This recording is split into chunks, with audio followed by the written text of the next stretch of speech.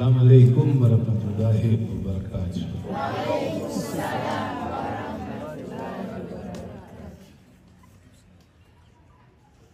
Njagala kusooka kwebaza Allah olw'okuba nti atusobozesezza ffenna okubeera wano olunaku lwaleero nga tuli balamu. Njagala kwebaza Allah olw'olunaku lwaleero olw'obulamu bwa mukyala wange, achievement gyatuuseeko ey'obukulu, tumukubireko mu ggalo Allah. Olunaku lwaleero okucelebratinga birthday eno nga tuli wano bayitawo ndejje kanyanya. Kiri remarkable nnyo gyendi nga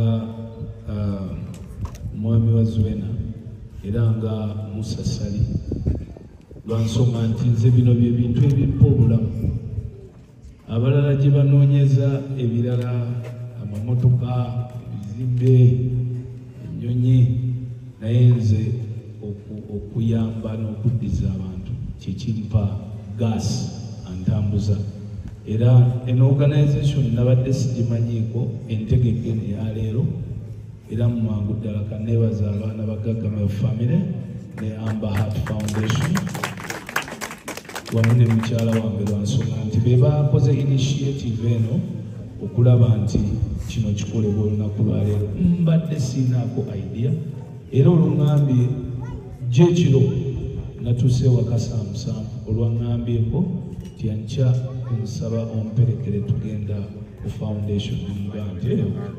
Badde nokkeera ku makya n'ensazaamu meeting zaffe ze nnina zonna olunaku lwaleero okusobola okulaba nti ntuuka wano, era kwe kutuuka ekikeerezi.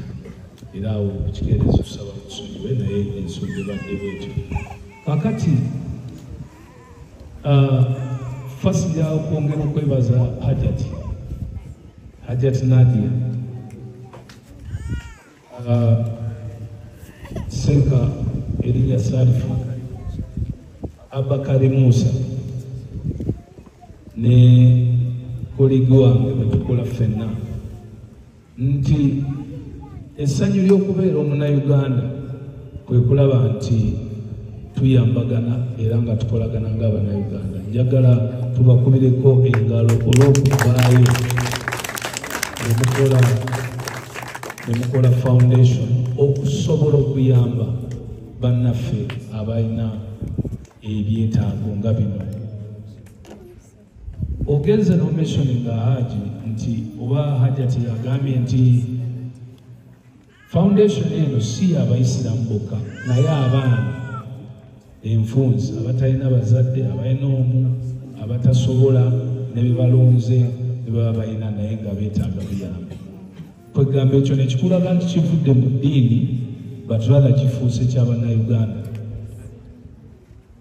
Njagala olunaku lwaleero okuluselebratinga mu ngeri ey'okwongera okuyigiriza abatulaba mwenna ku social media. First of all, era kangende mu maaso nebaze mwenna bannambeemu, bannamawulire batudde mu nsi abasooka tebakyali abaluli. Today bannamawulire abasookera ddala be ba tiktokers, era njagala kubeebaza nnyo mwenna ba tiktokers okuba nti bwe mwawulidde nti Mamizu ajja wano ne mugobere.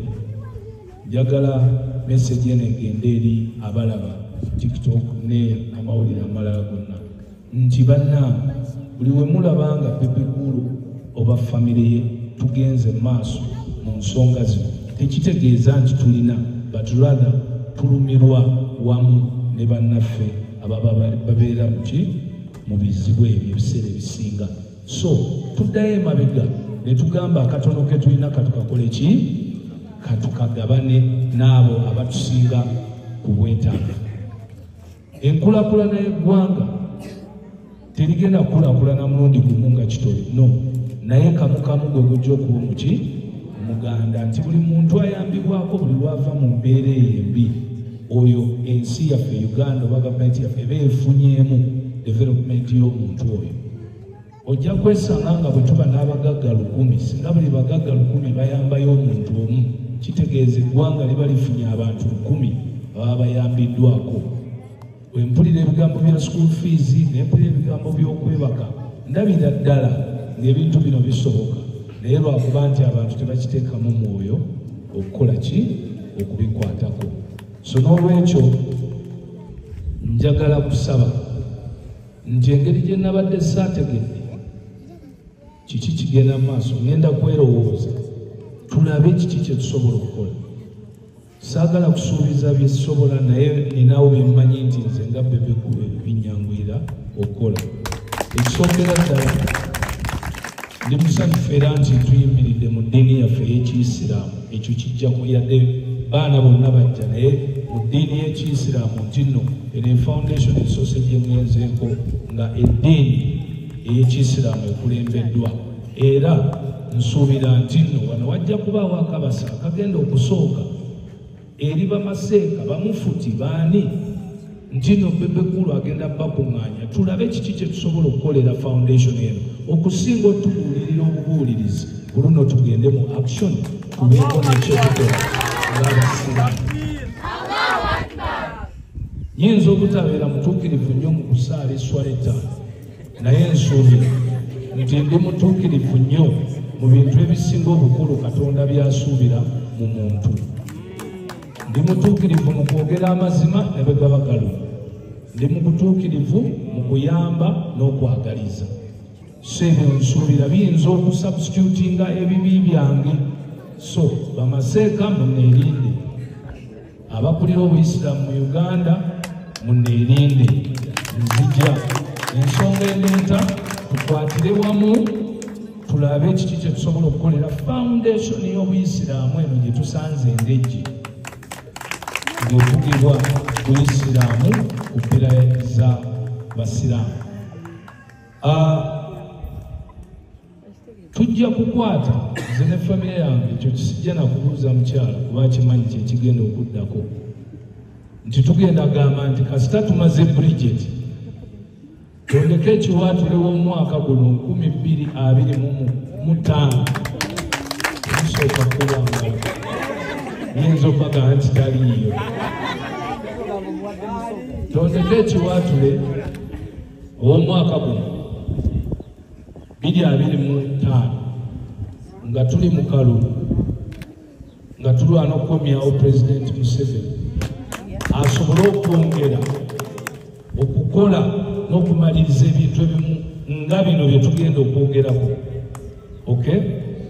Tugenda kumukwata, nsaba n'obuwamuzi bwonna obuli mu Uganda obw'Abannayuganda naddala obwa mufuti atutwala n'emizikiti gyonna, tukwate abayisiraamu tuyiike ekiwaatule tuzimbe, tufune, tusobole okufuna obusente tugule ettaka tuzimbe foundation.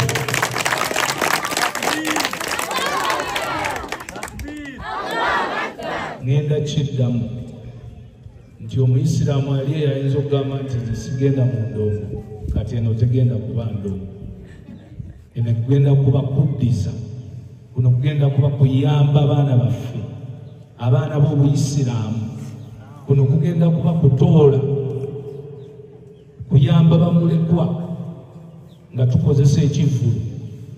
Abasinga kye mwali mulabanga ekya sitaani, naye oyo Allah kati gwe tugenda okukola ki? Okuyitamu okusobola okuzimba ekisulo abaana bano bwe basobola okukola ki? Kusula. Example mugirabyeko nga tuzimba ennyumba y'omwana Bridget.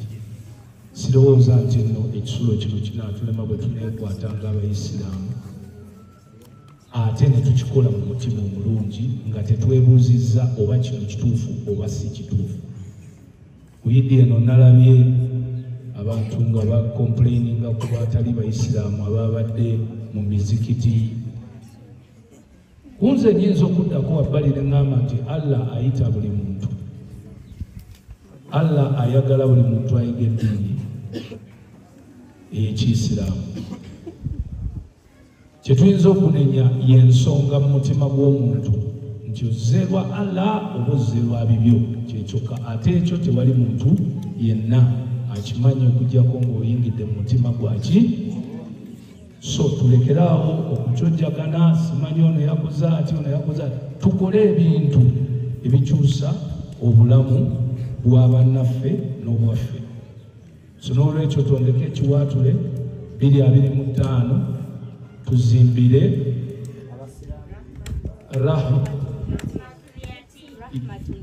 Rahmatul Yatim, Massive One Orphan